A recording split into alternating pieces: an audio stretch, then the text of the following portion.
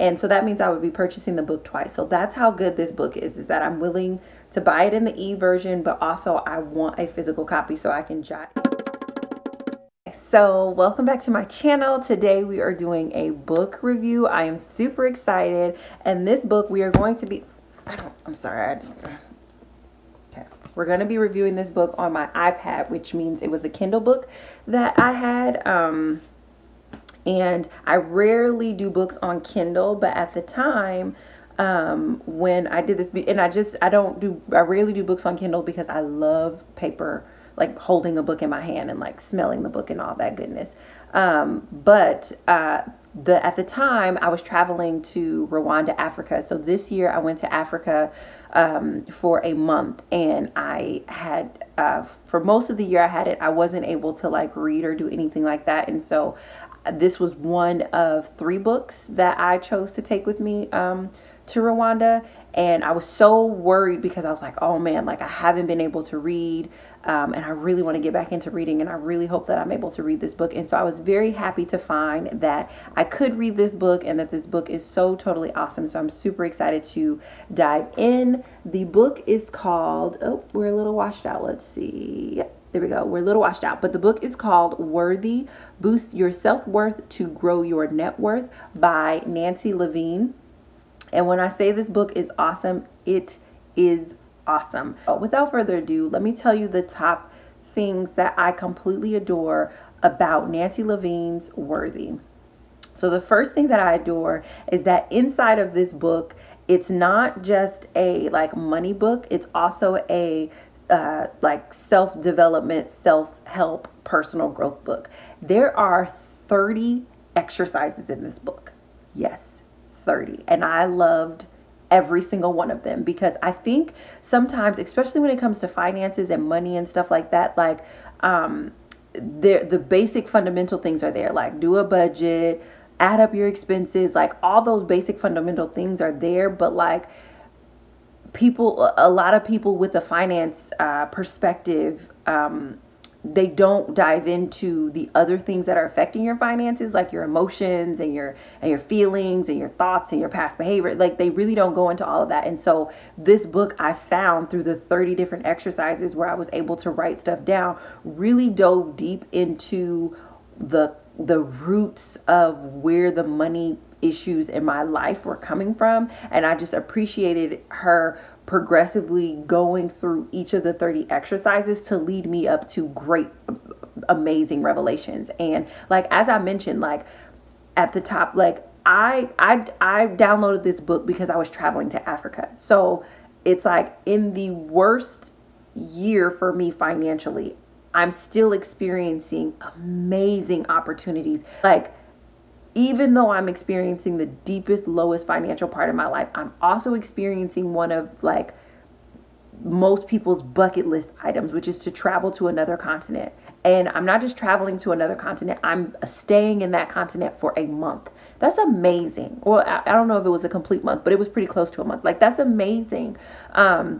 And so as I was going through the exercises in this book, I realized that the reason why I'm able to manifest like great things, and the reason why I'm able to have great opportunities, but that's not necessarily reflected in consistent financial behavior, is because of some of the self-worth issues that I had, that her exercises 1000% helped me to dig up. So like, number one reason why I adore this book is because those 30 exercises that you go through will change your life. Totally, totally worth it. And like, this is the notebook that I took when I went to Africa. And as you can see, like, I filled up both of the pages, or each page front and back. And I did that because it was so much stuff to be able to write down. Like, it was like, I'm telling you, it was just the most incredible thing. So the exercise that I absolutely loved, of the 30, my all-time favorite exercise that she has in her book, and if you see, this is the journal. It's like a 8x11. This is the journal that I took when I was in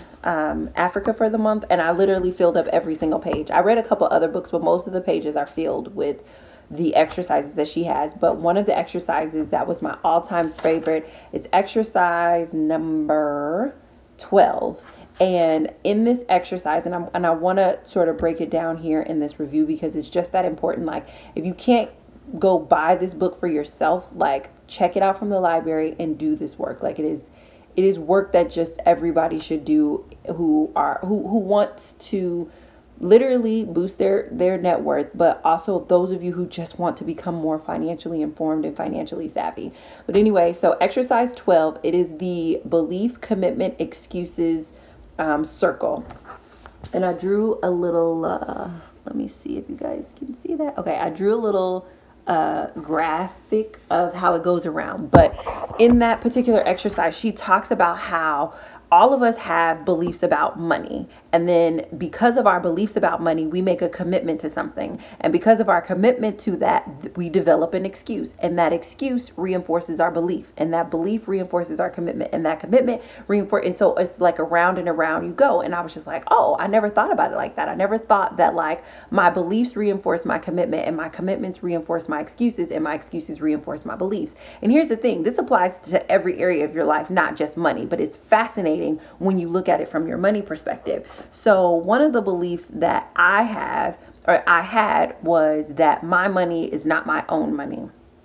And if you've seen my how I fell back into debt part 1 and part 2, inside of there I talk about like the different things that happened in my life with respect to just like the different major touch points, like the first time I interacted with money and other major times that I interacted with money. And if you notice, every single one of those times I was using money that I earned to help someone else, not someone else, to help my family. And so what's very interesting is that like I didn't know that I had this belief in my head that my money wasn't my money. And I'm not talking about like, you know, it doesn't belong to me because it belongs to the Federal Reserve. I'm talking about like, I never believed that my money, the money that I earned was mine. Like it was almost like the money that I earned was for other people.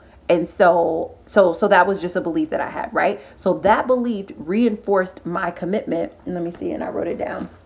So that belief reinforced my commitment to staying in debt, which is kind of crazy, right? Because I've been spending 3 years trying to get out of debt, but I didn't realize that I had a belief in my mind that was reinforcing a commitment to stay into debt. Because if you think about it, so long as I'm in debt, then I don't have to use my money for other people. I can use it for what? My debt. And me going into debt was a way for me to do things for myself. So I literally, like, I mean, when I did this exercise, I was like, wait a minute.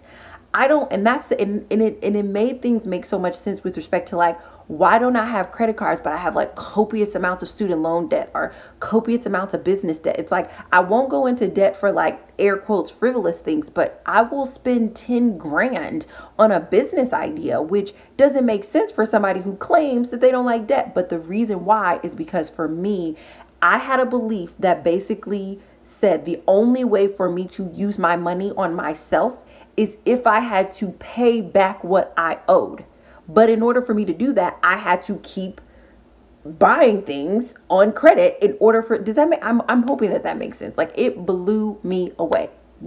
Like that was my commitment. Like I literally had a commitment to stay into debt as a means to just reinforce, as a means to like have stuff, to get stuff for myself. And so then the excuse that I had is that I'm resistant to staying on track with my finances. So my excuse is, okay, I'm resistant to my belief is my money doesn't belong to me. This belief was rooted in the idea that probably one of my earliest memories with money, I was giving my piggy bank money to my family, right? And so I just had this belief that it's not mine. And so then the commitment that I made was to basically stay into debt. And the excuse that because I was in debt, the excuse that I made is that, oh, well, I can't stay on track with my finances.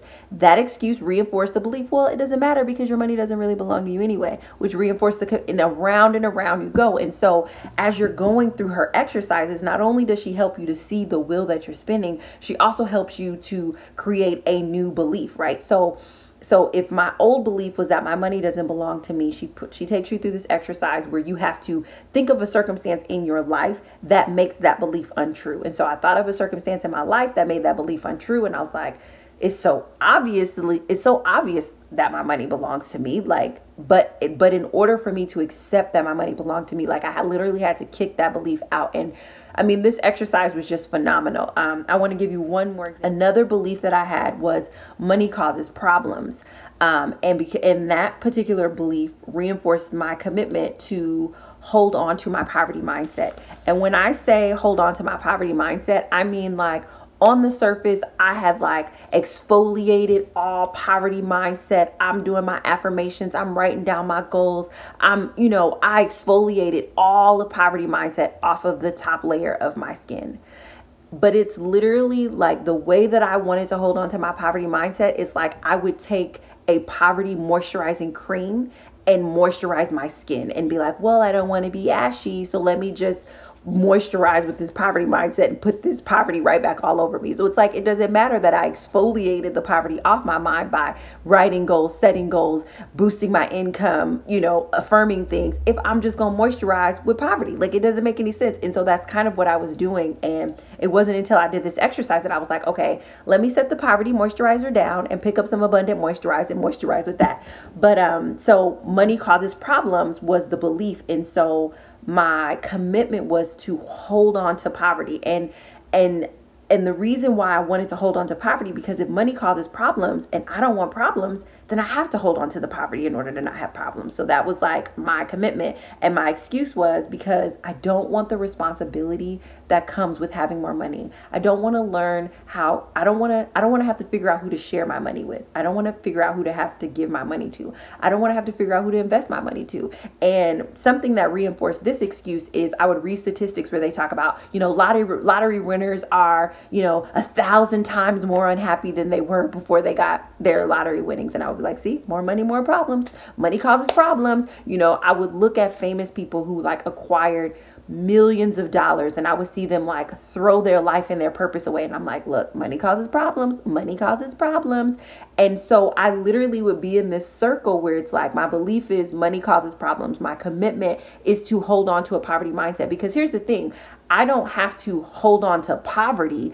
If I have the mindset, poverty will find me. And so long as I have a little bit of poverty in my life, then I don't really have money problems. I have poverty problems. And it's like sexy to conquer your poverty problems. It's not really sexy to like focus on money. Like, there's a lot of like negative connotations to people who focus on money and focus on abundance. But people who are like, oh, I'm trying to conquer my debt. Oh, I'm trying to, not be poor. Oh, people are like, good job. I'm there for you. I'm rooting for you. Right. So there's this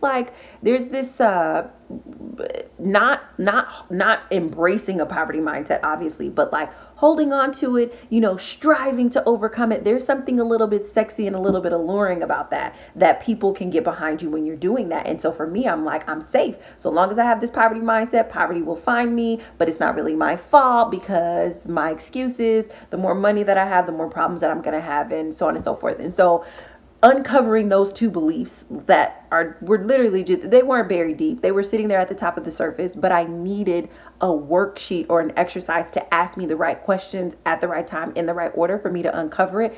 When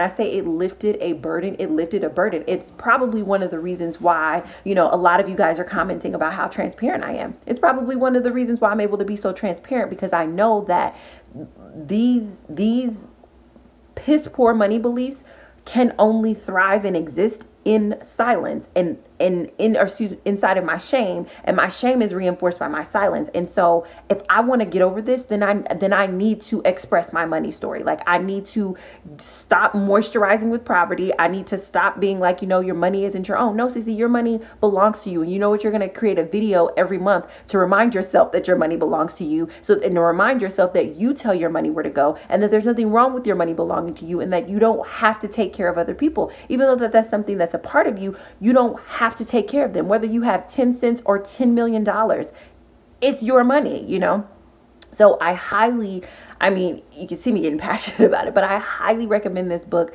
Exercise number 12 was just a game changer for me, because I did not realize that my beliefs were creating my money commitments, which were reinforcing my money excuses, which was the layer that was preventing me from like having consistent success. Because I would win and then I would be right back where I'm like, what? This doesn't make any sense. But, working through those beliefs, changing those beliefs, it's been really very powerful for me. And even though my income is not matching the self-worth that I have right now, like I feel amazing, and that will soon enough translate into dollars and cents. And thank goodness I started this journey, because you guys will be privy to be able to see that whole process happen. So the book is titled Worthy: Boost Your Self-Worth to Grow Your Net Worth by Nancy Levin.